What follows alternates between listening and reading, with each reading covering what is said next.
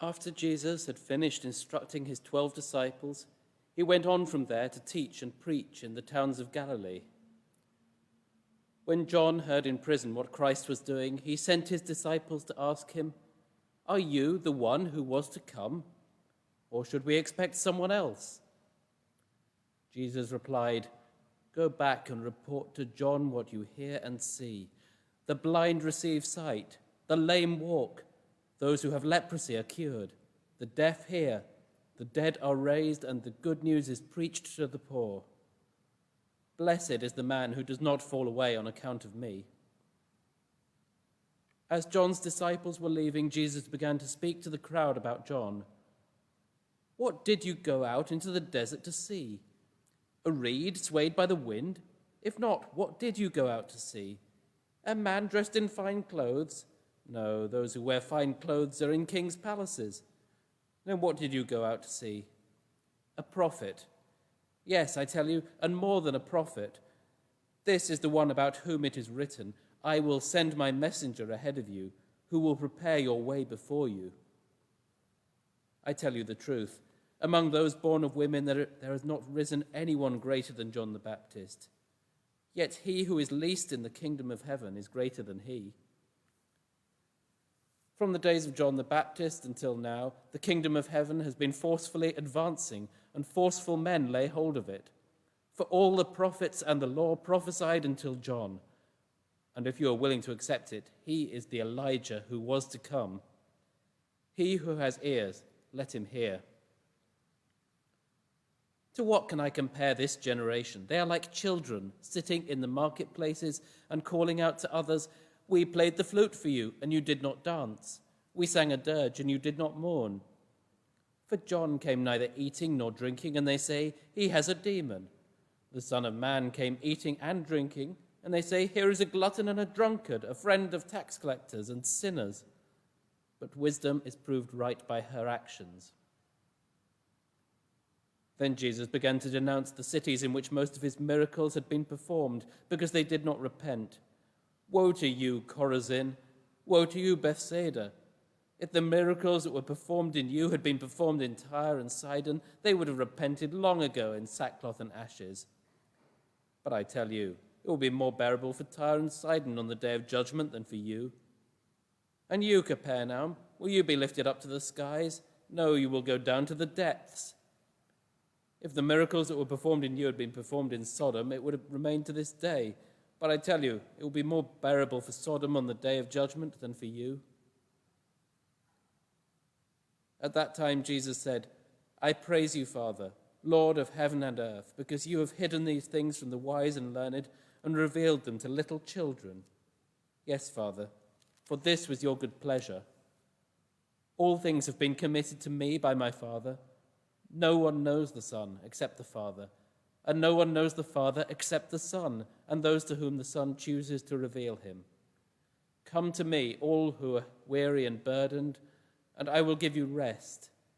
Take my yoke upon you and learn from me, for I am gentle and humble in heart, and you will find rest in your souls. For my yoke is easy and my burden is light."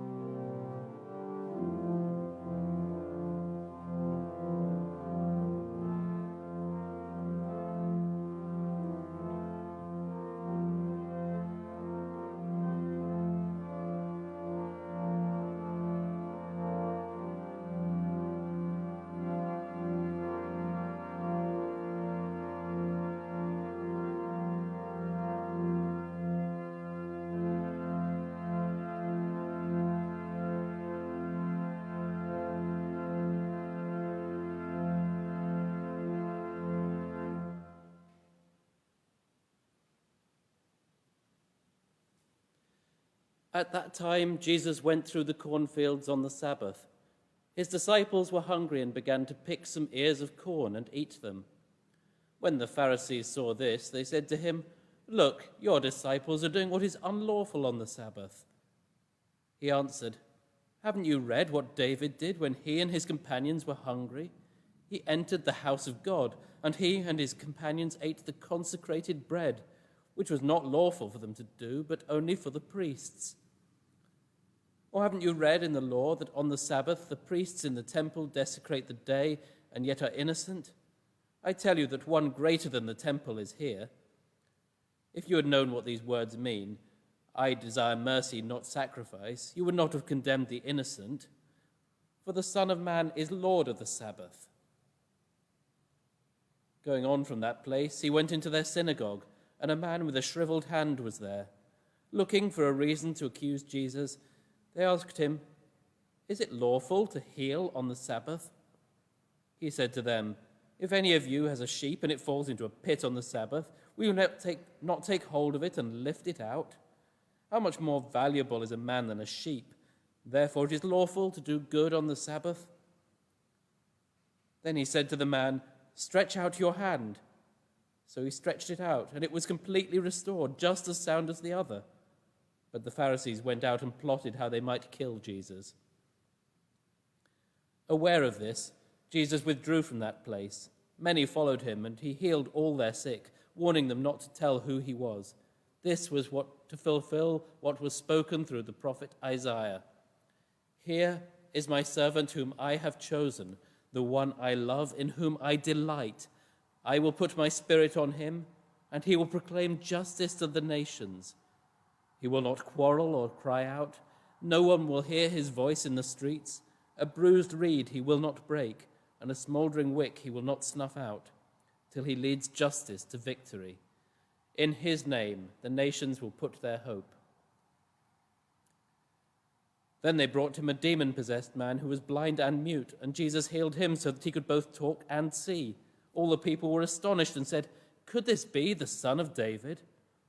But when the Pharisees heard this, they said, "It is only by Beelzebub, the prince of demons, that this fellow drives out demons."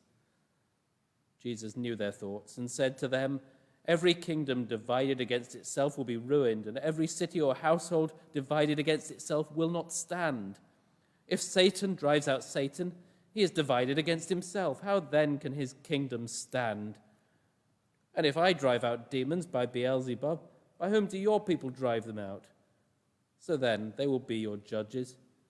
But if I drive out demons by the Spirit of God, then the kingdom of God has come upon you."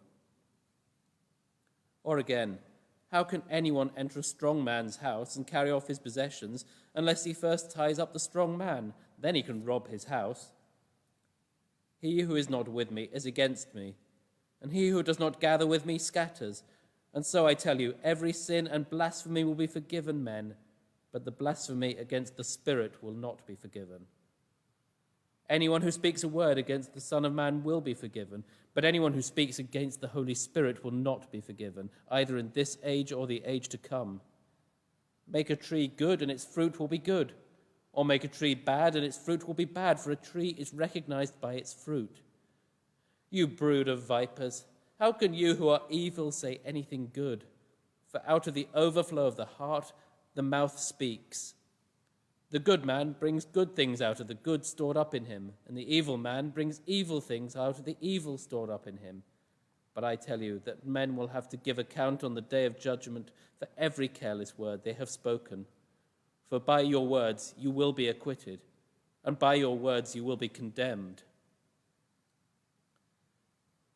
Then some of the Pharisees and teachers of the law said to him, "Teacher, we want to see a miraculous sign from you."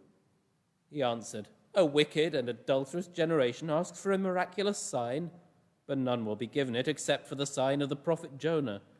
For as Jonah was 3 days and 3 nights in the belly of a huge fish, so the Son of Man will be 3 days and 3 nights in the heart of the earth. The men of Nineveh will stand up at the judgment with this generation and condemn it, for they repented at the preaching of Jonah, and now one greater than Jonah is here. The queen of the south will rise at the judgment with this generation and condemn it, For she came from the ends of the earth to listen to Solomon's wisdom, and now one greater than Solomon is here. When an evil spirit comes out of a man, it goes through arid places seeking rest and does not find it. Then it says, 'I will return to the house I left.' When it arrives, it finds the house unoccupied, swept clean, and put in order. Then it goes and takes with it 7 other spirits more wicked than itself, and they go in and live there. And the final condition of that man is worse than the first. That is how it will be with this wicked generation." While Jesus was still talking to the crowd, his mother and brothers stood outside wanting to speak to him. Someone told him, "Your mother and brothers are standing outside wanting to speak with you." He replied to them, "Who is my mother, and who are my brothers?" Pointing to his disciples, he said, "Here are my mother and my brothers. For whoever does the will of my Father in heaven is my brother and sister and mother."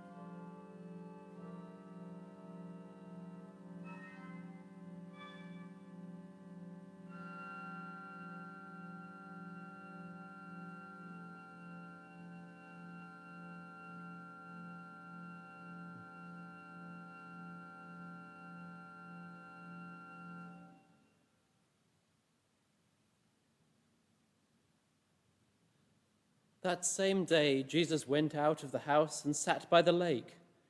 Such large crowds gathered around him that he got into a boat and sat in it, while all the people stood on the shore.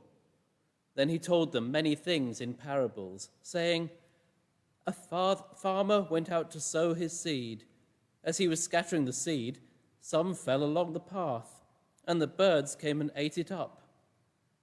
Some fell on rocky places where it did not have much soil. It sprang up quickly because the soil was shallow. But when the sun came up, the plants were scorched and they withered because they had no root.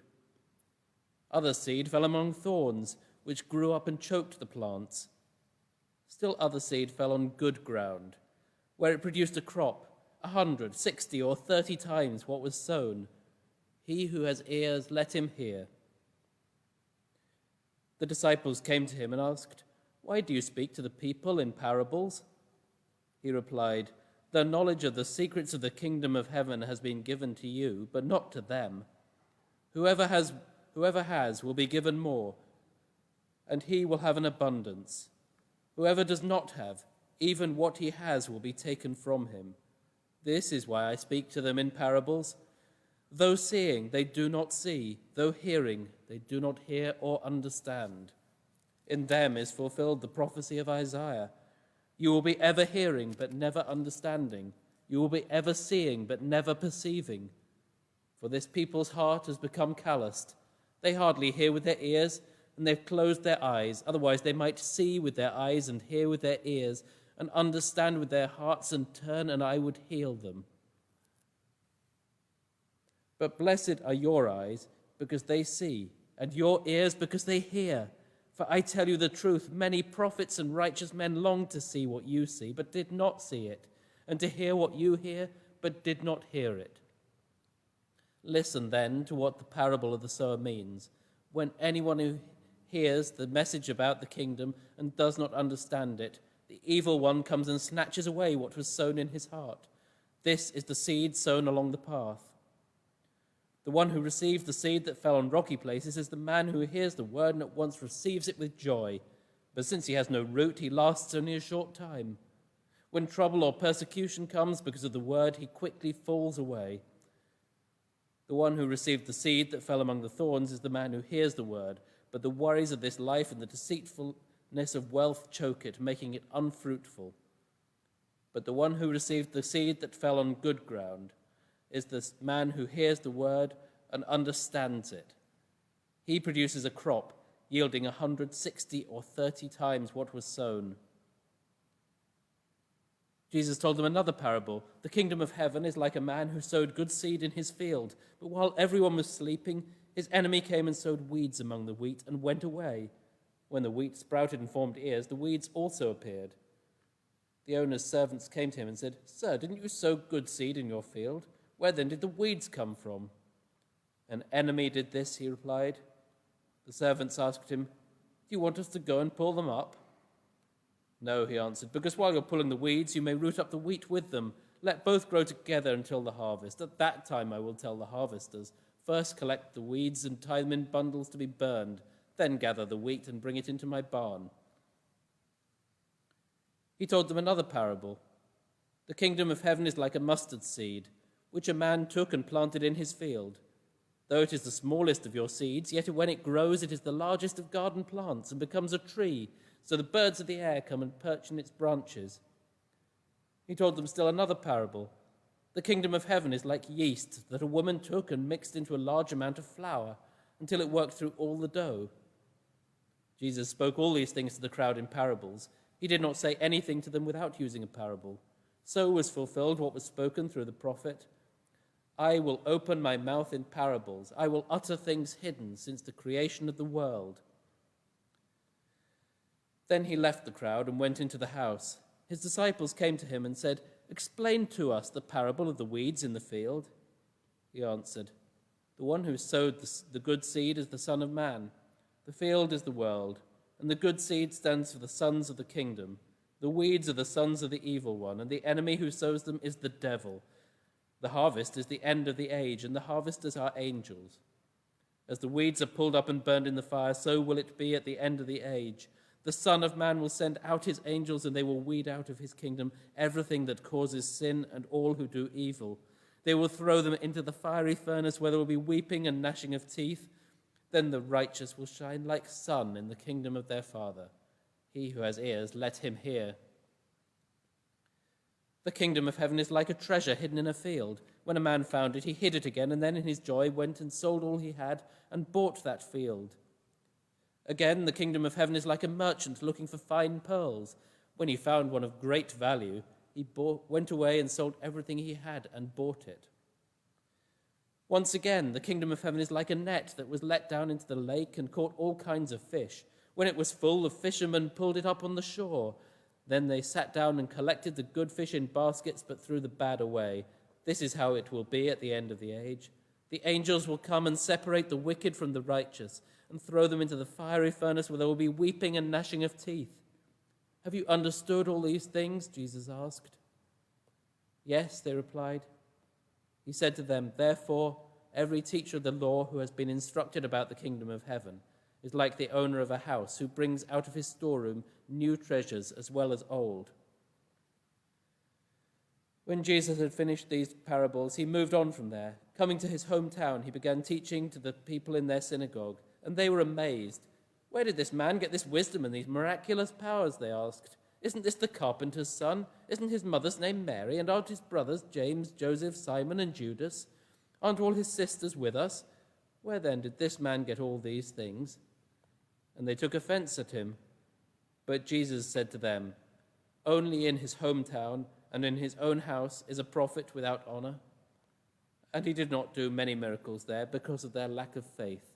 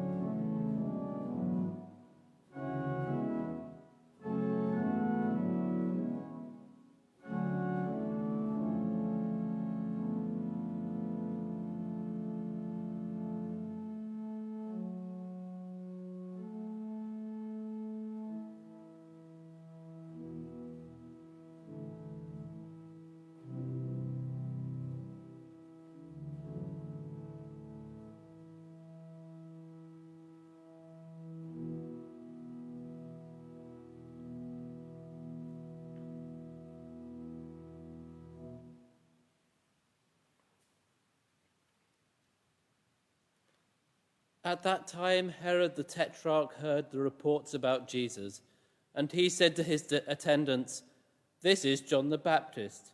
He has risen from the dead. That is why miraculous powers are at work in him." Now Herod had arrested John and bound him and put him in prison because of Herodias, his brother Philip's wife, for John had been saying to him, "It is not lawful for you to have her." Herod wanted to kill John, but he was afraid of the people because they considered him a prophet. On Herod's birthday, the daughter of Herodias danced for them and pleased Herod so much that he promised with an oath to give her whatever she asked. Prompted by her mother, she said, "Give me here on a platter the head of John the Baptist." The king was distressed, but because of his oaths and his dinner guests, he ordered that her request be granted and had John beheaded in the prison. His head was brought in on a platter and given to the girl who carried it to her mother. John's disciples came and took his body and buried it. Then they went and told Jesus. When Jesus heard what had happened, he withdrew by boat privately to a solitary place. Hearing of this, the crowds followed him on foot from the towns. When Jesus landed and saw a large crowd, he had compassion on them and healed their sick. As evening approached, the disciples came to him and said, "This is a remote place, and it's already getting late. Send the crowds away so that they can go to the villages and buy themselves some food." Jesus replied, "They do not need to go away. You give them something to eat." "We have here only 5 loaves of bread and 2 fish," they answered. "Bring them here to me," he said, and he directed the people to sit down on the grass. Taking the 5 loaves and the 2 fish and looking up to heaven, he gave thanks and broke the loaves. Then he gave them to the disciples, and the disciples gave them to the people. They all ate and were satisfied, and the disciples picked up 12 basketfuls of broken pieces that were left over. The number of those who ate was about 5,000 men, besides women and children. Immediately Jesus made the disciples get into the boat and go on ahead of him to the other side, while he dismissed the crowd. After he had dismissed them, he went up on a mountainside by himself to pray. When evening came, he was there alone. But the boat was already a considerable distance from land, buffeted by the waves because the wind was against it. During the 4th watch of the night, Jesus went out to them, walking on the lake. When the disciples saw him walking on the lake, they were terrified. "It's a ghost," they said, and cried out in fear. But Jesus immediately said to them, "Take courage, it is I, don't be afraid." "Lord, if it's you," Peter replied, "tell me to come to you on the water." "Come," he said. And then Peter got down out of the boat, walked on the water, and came towards Jesus. But when he saw the wind, he was afraid, and beginning to sink, cried out, "Lord, save me." Immediately Jesus reached out his hand and caught him. "You have little faith," he said, "why did you doubt?" And when they climbed into the boat, the wind died down. Then those who were in the boat worshipped him, saying, "Truly you are the Son of God." When they had crossed over, they landed at Gennesaret. And when the men of that place recognized Jesus, they sent word to all the surrounding country. People brought all their sick to him and begged him to let the sick touch the edge of his cloak. And all who touched him were healed.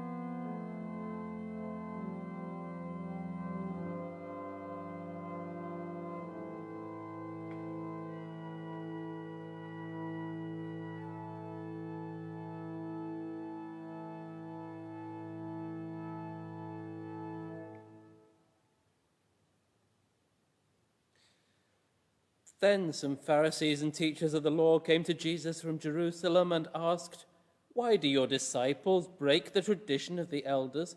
They don't wash their hands before they eat."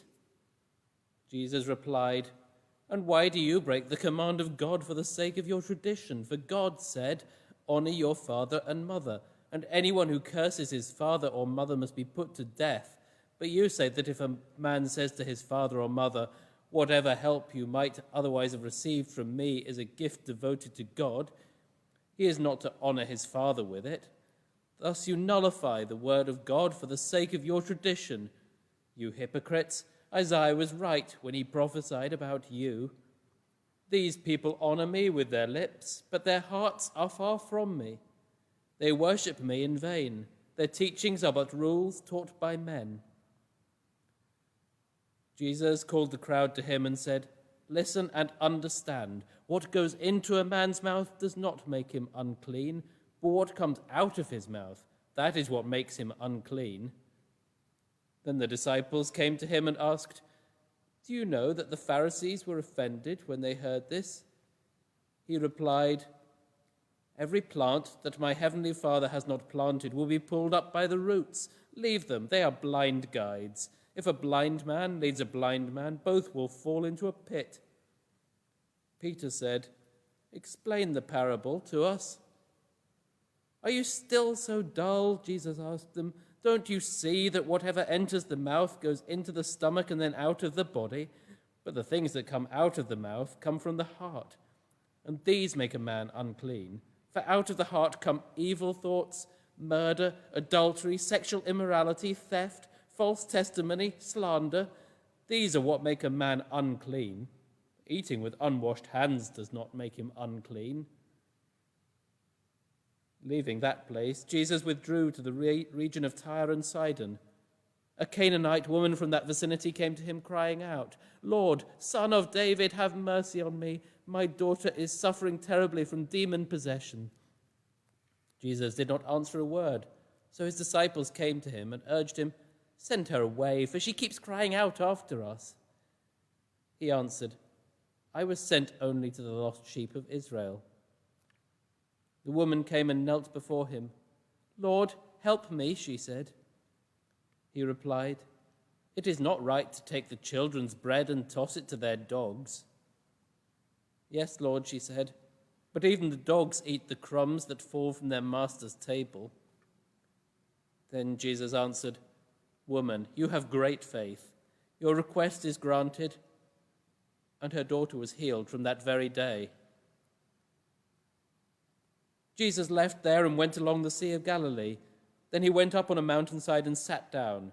Great crowds came to him, bringing the lame, the blind, the crippled, the mute, and many others, and laid them at his feet, and he healed them. The people were amazed when they saw the mute speaking, the crippled made well, the lame walking, and the blind seeing, and they praised the God of Israel. Jesus called his disciples to him and said, "I have compassion for these people. They have already been with me 3 days and have nothing to eat. I do not want to send them away hungry, or they may collapse on the way." His disciples answered, "Well, where could we get enough bread in this remote place to feed such a crowd?" "How many loaves do you have?" Jesus asked. 7, they replied, "and a few small fish." He told the crowd to sit down on the ground. Then he took the 7 loaves and the fish, and when he had given thanks, he broke them and gave them to the disciples, and they in turn to the people. They all ate and were satisfied. Afterwards, the disciples picked up 7 basketfuls of broken pieces that were left over. The number of those who ate was 4,000, besides women and children. After Jesus had sent the crowd away, he got into the boat and went away to the vicinity of Magadan.